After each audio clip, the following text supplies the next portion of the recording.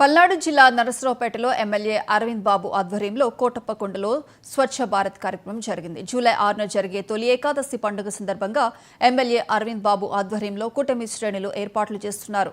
రాళ్లు ముళ్లు లేకుండా 9 కిలోమీటర్ల గిరి ప్రదక్షిణ మార్గాన్ని శుభ్రం చేశారు.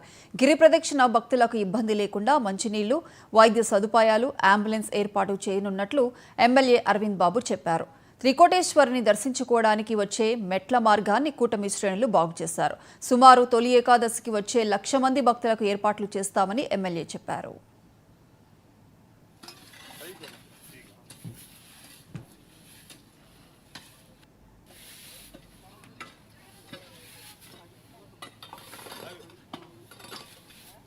మరి కోటప్పకొండ మరి పండగది రైతులందరూ కూడా మొట్టమొదటి పండుగ తొలి ఏకాదశి.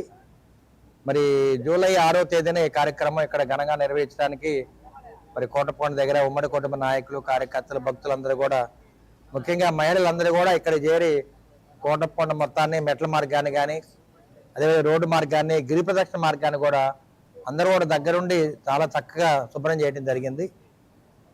నడిచేటప్పుడు రాళ్ళు ముళ్ళు గుచ్చుకోకుండా, తాగునీటికి ఎద్దడి లేకుండా, అదేవిధంగా అన్ని విధాల మరి స్వామివారి దర్శనం శీఘ్రంగా జరిగేటట్టు కార్యక్రమాలు ఏర్పాటు చేయడం జరిగింది.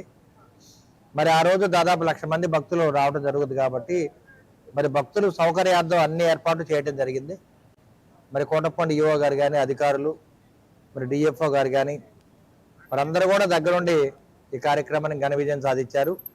వారు అన్ని ఏర్పాట్లు ఘనంగా చేయడం జరిగింది. రేపు దర్శనం కూడా మరి జూలై 6వ తేదీన తొలి ఏకాదశి సందర్భంగా అందరూ కూడా భక్తులు మరి వేలాదిగా హాజరవ్వాలి, స్వామివారి దర్శనం చేసుకోవాలి, ఆ స్వామివారి యొక్క శుభాశీస్సులు తీసుకోవాలి.